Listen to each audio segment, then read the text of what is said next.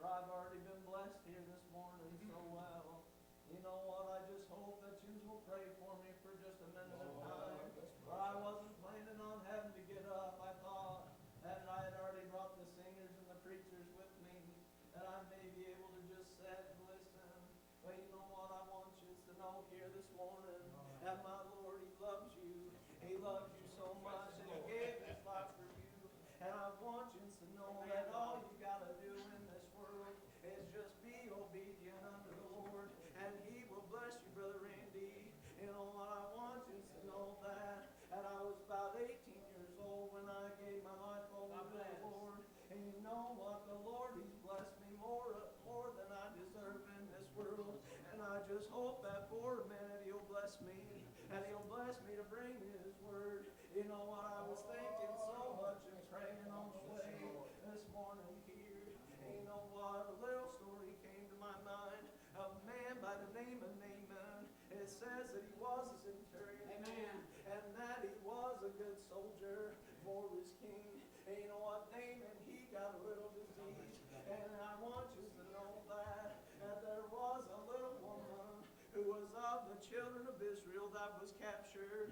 And you know what, whenever the king, he began to worry about his soldier Naaman, that little servant, she began to speak up. She said, I know a prophet back in the land of my home, and he is one servant of God that is so great, he could cure your soldier. Amen. And you know what, the king, he sent a little letter to the king of that other country.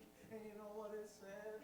At that king, he began to read that letter, and he said, what am I in this world? As he's thinking, I can heal this man myself. As he thinking, you know what? He thought that was such a thing that it wasn't in his hands. He thought maybe that other king was making fun of him. And it says that he rolled up that letter and threw it away. But you know what? Somebody heard about that little story. Right. It was the servant of that prophet. And he went running unto the king. He said, King, oh king, I know a man. He's over here, Lord. And he is a prophet of the Lord God of Israel. Yeah. And you know what? He can heal that man. So that king, he said, send a little letter back unto that other king. And you know what? Naaman, he came with all kinds of gold and silver to give there unto that prophet, that they might be able to just get him, just sway him a little bit maybe in their mind, to just bless him there that day. And you know what? When they came there, and the prophet, he looked unto his servant. He said, go out there and tell that Naaman. He said, tell him to go and dip himself 7 times in the river of Jordan. And you know what? Naaman, he got offended. He began to think within himself maybe that there was supposed to be some great show, Brother Fred. And maybe he's supposed to come out and wave his arms in some kind of manner, and that he would be healed right there. Yeah. You know what? Naaman, he got mad, and he began to go away from that place. And you know what? He was even offended that that prophet didn't even come out himself, and he turned away from that place. And you know what? Naaman's little servant, it said, came up to him and said, Master, Lord, if he would have asked you, you'd done some great thing.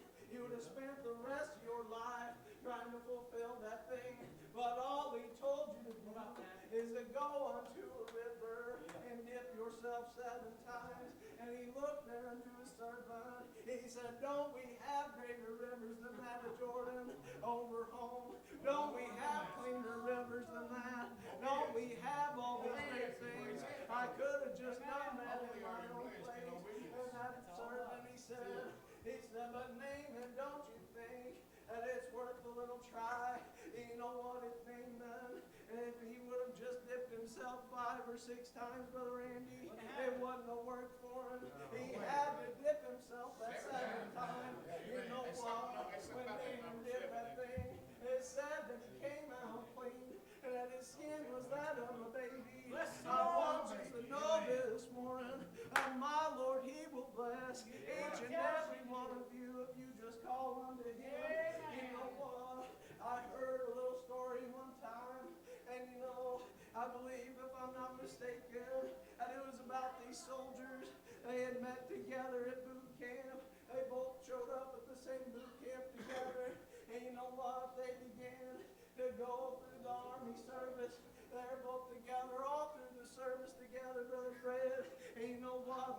came, it said his brothers, they were best friends.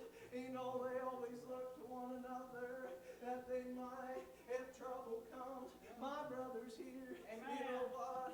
And they began to get called out to go to a little war. I believe you may have heard of it. It was called D-Day. If I'm not mistaken, that is when they began to go on the beaches of Normandy. And you know what? They made themselves a little pact, one to another. They said, what we're going to do is write a letter, one to another, and keep it on us. And whenever one of us may die, that the other may take that letter and fulfill whatever is in it. And you know what? Whenever they started on that way, one of them looked to the other, and he said, my beloved friend, he said, I'm going to die. He said, why do you say that? He said, because I can't swim. And his friend looked there at him, and he said, don't you worry. I'm going to get you to safety. You're going to get on that beach, and everything's going to be all right. And you know what? His friend, he helped him right along there to get there on that beach. And you know what? He began to fight, and he began to kill all the enemy. And you know what? He got shot in the leg, I believe it was, and he fell down. And when he lifted up his eyes, he seen his commanding officer standing at the top of that hill, waving that flag for them to just press on. Everything's going to be all right. And you know what, that man, he turned around and he looked, and he seen his best friend laying there on the ground. And you know what? He began to remember about that little letter, and he got digging around in his pocket, and he pulled that letter out right there, and he began to read, and it said, my beloved friend, whom I've come to love as my brother in arms, I am a soldier here in this world, but I'm also a soldier for the love of God. My Lord, he's always been there for me. And you know what? And he said in that letter, you don't know the Lord, and you have children in this world. I'm willing to give my life that you may live. I want you to know this morning, and my Lord, he gave his life that we may live in this world. And you know what? And all he asked of his friend is that he go back home and he read that little letter to his loved one. And he said, and I began to go on to his family, and he began to say, your son, he had so much love for me. He even died for me. He was as my brother, my Lord Jesus Christ. He died in this world that we may be free. That we may be all right in this world. You know what? I want you to know that this world is not my home. I'm looking for a better place to go to when I leave this world. I look forward to lifting my eyes up towards heaven's land and seeing my Lord there, saying, son, you have been faithful over a few things. I'm going to make you a ruler over many. I don't plan on standing here very long. I want these brothers to get to come here this morning. But you know what? I want to fulfill my promise to my Lord. You know, down on bended knees at 2:30 in the morning, brother, I begin to cry out to my Lord, and I begin to beg unto him, Lord, I'm a sinner here in this world. If I were to die in this way, Lord, I'm going to the devil's hell. And you know what? I'm just glad that my Lord, he heard my cry, and he saved this poor boy right here. He's willing to save each and every one of you. I want this world to know that there's a better place for us to go to if they would just be obedient, Brother Paul. To my God, he doesn't ask much out of us in this world. He just asks that we be obedient.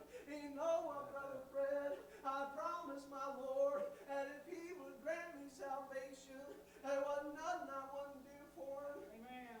You know, I just didn't think that he'd call me to do something like this. But you know what?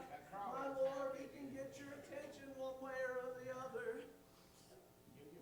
And I just hope that if there be anyone under the sound of my voice that don't know my Lord and pardon and remission of sin, that you would get in touch with him. Take the opportunity. For there is joy in serving the Lord. That's more abundant if in any